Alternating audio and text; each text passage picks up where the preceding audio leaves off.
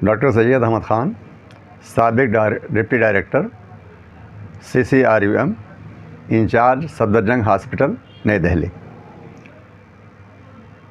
इसके अलावा आलमी यौम यूनानी मेडिसिन और आलमी यौम उर्दू का बानी। आलमी यौम उर्दू की शुरुआत हमने 1997 से की थी। अल्लाह का शुक्र है कि बिला नागा 9 नवंबर अल्लामा इकबाल के पैदाइश की मुनासिबत से पूरी दुनिया भर में जहाँ उर्दू के चाहने वाले मौजूद हैं, उर्दू डे मनाया जा रहा है। इसका बुनियादी मकसद यही है, उर्दू के गिरते हुए ग्राफ को हम कैसे ऊंचाई पर लाएं और लोगों को इस बात का एहसास कराएं कि ये भारत की भाषा है, भारतीय ज़बान है। इसमें गैर मुस्लिम हजरात का बहुत बड़ा कोऑपरेशन रहा है, बहुत बड़ा ताउन रहा है उनका। उसके अलावा यह है कि ये हिंदुस्तान की वो ज़बान है जिसमें हिंदुस्तानियत पूरी तरह रची बसी है। तो इस ज़बान का जो सबसे ज़्यादा इस्तेमाल इसीलिए अपनी शख्सियत को संवारने के लिए इस्तेमाल किया जाता है। और हर कोई समझता है कि मैं अगर अंग्रेज़ी के बाद कोई अच्छी ज़बान बोल सकता हूँ तो उर्दू ज़बान ही है। तो ये भारत की बहुत बड़ी देन है पूरी दुनिया को। और हमारा जो फ़िल्म इंडस्ट्री है, वहाँ के लोगों का भाई यही मामूल है कि वो लोग अपनी ज़बान को ठीक रखने के लिए, अपनी शख्सियत को अपग्रेड करने के लिए उर्दू का इस्तेमाल करते हैं। और सबसे खुशी की बात यह है कि आज भी उर्दू के हवाले से जो प्रोग्राम हो रहे हैं कई जगह, उसमें बड़े बड़े टिकट का इस्तेमाल किया जाता है। और रेख्ता के नाम से जो तंजीम दिल्ली के अंदर मौजूद है, उसने इंटरनेशनल लेवल से ये बहुत बड़ा काम करके दिखाया कि उर्दू में बहुत दमखम है, उर्दू हिंदुस्तानी ज़बान है और हर एक के दिल को छू लेने वाली ज़बान है, एक दूसरे के जज्बात को समझने वाली ज़बान है, कौमी एकता की ज़बान है। तो बहरहाल ये सब खुशी की बात है। इसी को बताने के लिए लोगों को हर साल हम 9 नवंबर को उर्दू डे मनाते हैं। असल में जो हमने इसकी शुरुआत की थी, दिल्ली से शुरू किया था और इसको हमने उर्दू डेवलपमेंट ऑर्गेनाइजेशन के तहत सिलसिला शुरू किया था। तो वो जो बड़ा प्रोग्राम होता है वो दिल्ली में होता है। इस बार भी गालिब एकेडमी बस्ती हज़रत निज़ामुद्दीन औलिया में इस प्रोग्राम का इनेकाद होगा। और इस सिलसिले में हम 2-3 उसमें अहम जो प्रोग्राम का हिस्सा है बनाते हैं। सबसे पहला एक सिंपोजियम करते हैं, उसमें दिल्ली यूनिवर्सिटी है, जवाहरलाल यूनिवर्सिटी है, इसके अलावा जामिया इस्लामिया है और दीगर जो यानी अच्छे लोग असातिज़ा हैं, उनसे तकरीर का मौका दिया जाए। सिंपोजियम का मतलब ये मुज़ाकरा किया जाए। तो इसके अलावा दूसरा हिस्सा होता है, हम एक यादगार मजल्ला शाया करते हैं, उसकी दस्तावेज़ी हैसियत होती है। जैसे कल कोई कहे कि आपने कैसे मनाया, किसी साल का सबूत पेश कीजिए। तो हर साल हर एक बड़ी शख्सियत पर हम मजल्ला शाया करते हैं।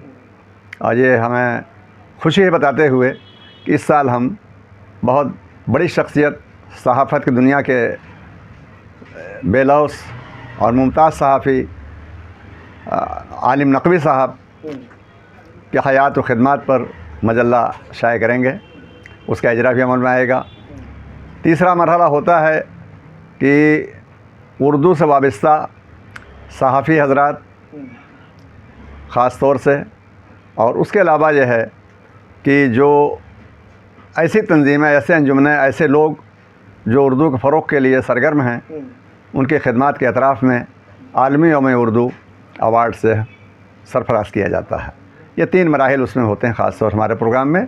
इसके अलावा खुशी की बात यह है कि हिंदुस्तान से बाहर और हिंदुस्तान के अंदर दायरा देखना है कि वो कितना बड़ा प्रोग्राम करेगा। वो सिर्फ मुशायरा करेगा या फिर सिंपोजियम करेंगे या बच्चों का मुकाबला जाती इम्तहान कराते हैं लोग, उनमें जो बच्चे कामयाब होते हैं उनको अवार्ड से सरफराज किया जाता है।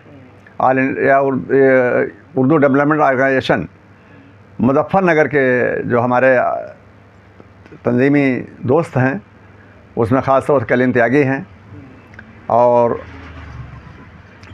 तहसीन अली असारवी, ये लोग जो है जो बड़ा काम करते हैं पूरे ज़िले से अच्छे बच्चों को जो उर्दू से है उसके एतबार से वो बच्चों के इम्तहान लेते हैं और इस मौके पर 9 नवंबर को उनको अवार्ड से सरफराज भी करते हैं। सर जैसे यहाँ पे ये बात हुई, आपने सहाफ़ियों की बात करी, तो सहाफ़ियों में सर जैसे कि उर्दू वाले, इसमें कुछ राइटर भी हैं, कुछ रिपोर्टर भी हैं, कुछ एडिटर भी हैं, क्या उनको चीफ जो बेस्ट अवार्ड दिया जाएगा उनको? हाँ, ऐसा है कि उनमें वो सहाफ़ी हजरात शामिल हैं जो एडिटर भी हैं और रिपोर्टर भी हैं, और उसके अलावा यह है कि यानी राइटर भी हैं। तो इसमें अज़ीज़ बरनी साहब जैसे शख्सियात को भी हमने नवाजा है अल्हम्दुलिल्लाह।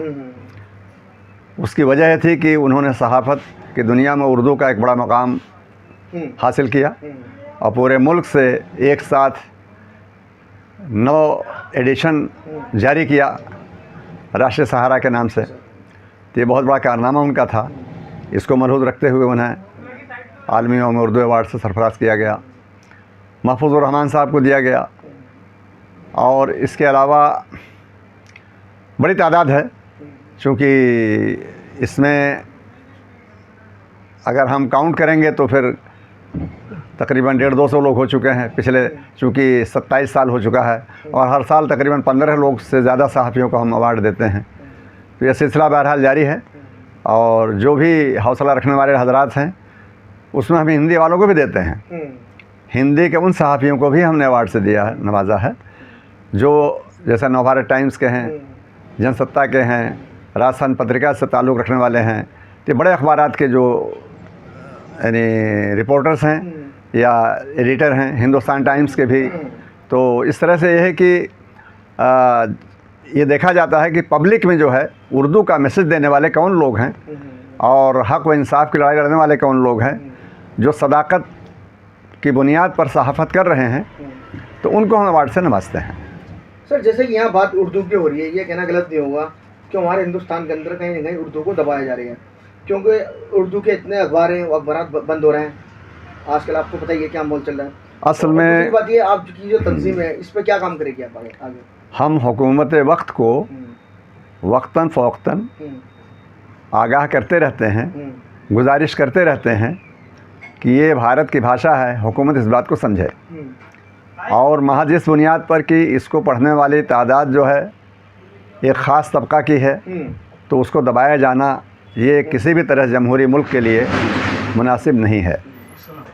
तो हमारी ख्वाहिश यही है कि हुकूमत वक्त चाहे सूबाई हो चाहे मरकज़ी हुकूमत हो, वो अपने जो आइनी फ़र्ज़ हैं, अखलाक़ी फ़र्ज़ हैं, उसको निभाए।